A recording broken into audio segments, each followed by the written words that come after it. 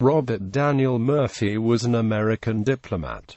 Life and career. Born in Milwaukee, Wisconsin, Murphy began his federal career at the United States Post Office, then moved to be cipher clerk at the American legation in Bern, Switzerland. He was admitted to the U.S. Foreign Service in 1921.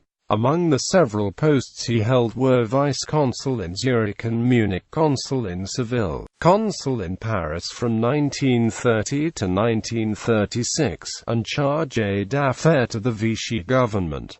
He was also the one-time State Department specialist on France. In February 1941, Murphy negotiated the Murphy-Weygand Agreement, which allowed the United States to export to French North Africa in spite of the British blockade and trade restrictions against the Vichy-governed area. In autumn of 1942, at President Franklin D. Roosevelt's behest, Murphy investigated conditions in French North Africa in preparation for the Allied landings. Operation Torch, the first major Western Allied ground offensive during World War II. He was appointed the President's personal representative with the rank of Minister to French North Africa. Murphy made contact with various French army officers in Algiers and recruited them to support the Allies when the invasion of French North Africa came. Prior to the November 8 invasion, Murphy, along with U.S. General Mark W. Clark, had worked to gain the cooperation of French General Henry Giraud for the attack. The Americans and British hoped to place Giraud in charge of all French forces in North Africa and command them for the Allied cause. Giraud, however, mistakenly believed he was to assume command of all Allied forces in North Africa, which put Murphy's diplomatic skills to the test to keep Giraud on board. Murphy and General Clark jointly convinced the French in North Africa to accept Admiral François Darlan, the commander of all French military forces, loyal to the Vichy regime and coincidentally in Algiers, as the highest authority in French North Africa, and General Giraud as commander of all French military in North Africa. Murphy used his friendly contacts with the French in North Africa to gain their cooperation in re-entering the war against the Axis.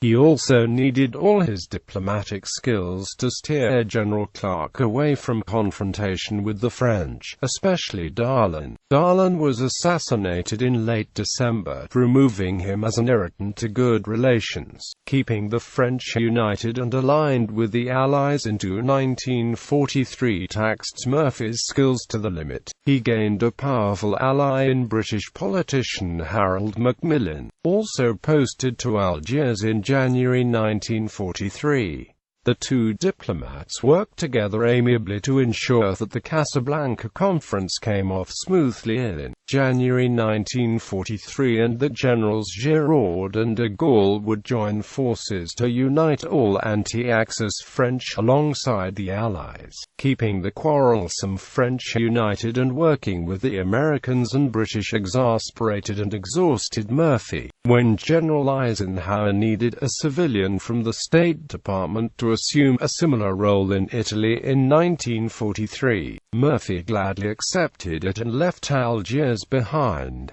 Diplomatic career after World War II.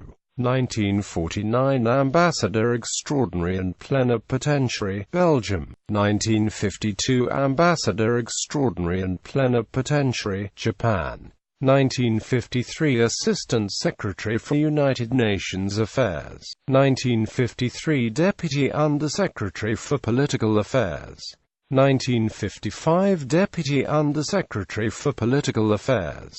1956 Career Ambassador. 1958 Personal Representative of President Dwight D. Eisenhower during the 1958 Lebanon crisis.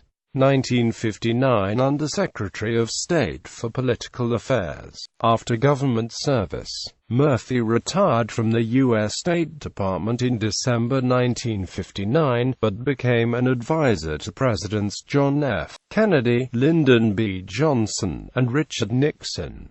He served on President Gerald Ford's Foreign Intelligence Advisory Board. He was a member of the steering committee of the Bilderberg Group. In 2006, Murphy was featured on United States postage stamp, one of a block of 6 featuring prominent diplomats. Works: The Bases of Peace, United States Department of State, 1958.